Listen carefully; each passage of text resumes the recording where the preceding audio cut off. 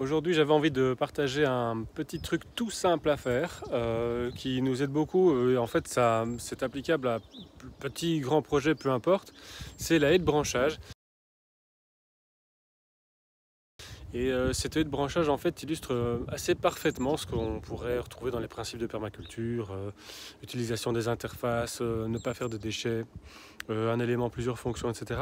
Donc je vais vous le commenter tout simplement. Et puis j'espère que vous aurez l'occasion de le faire chez vous.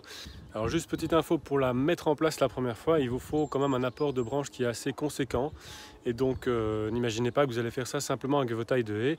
Donc soit vous avez des arbres en abattage ou vraiment une grosse taille que vous avez prévue, soit vous avez la possibilité d'aller chercher des matières organiques ailleurs, quelqu'un qui fait du parc et jardin, un élagueur, peu importe.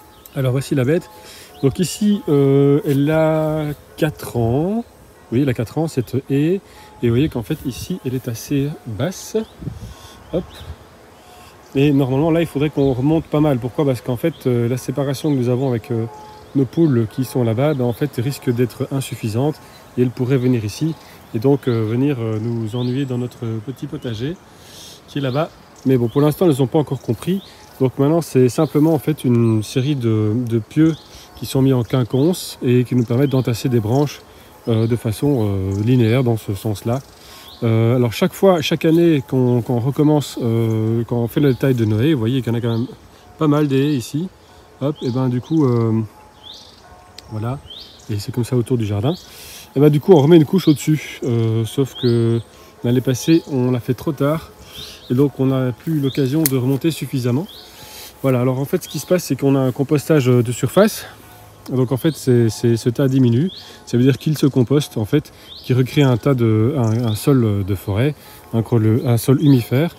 Voilà, donc en fait nous quand on taille nos haies, en fait on n'utilise aucune autre énergie que le fait juste de tailler les haies, puisque en fait on vient juste déposer en fait les branches ici, et puis ensuite le tour est joué. Voilà à quoi ça ressemble, peut-être un peu plus grand. Donc en fait c'est assez écolo, mais c'est aussi on n'a pas besoin d'aller ni faire du broyage ni d'aller au déchet vert, ce qui est complètement stupide d'aller mettre ça au déchet vert d'ailleurs quand on a une haie pareille. Et donc ça nous crée un petit effet bucolique, mais ça nous crée une séparation entre deux zones. Ici on a la zone potager, là on a la zone forêt-jardin avec les poules, et évidemment on ne veut pas que les deux soient en interaction, en tout cas la majeure partie de l'année.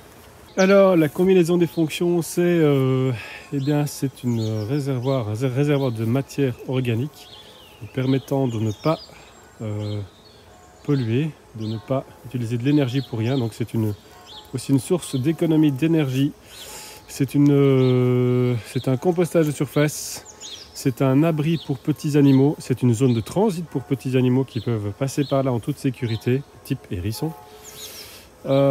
C'est une séparation entre deux zones, donc ça peut être une interface aussi.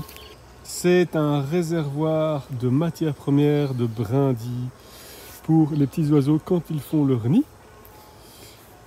Et donc voilà, je vous invite à le faire, très facile, et donc à monter beaucoup plus haut que ce qu'il y a ici.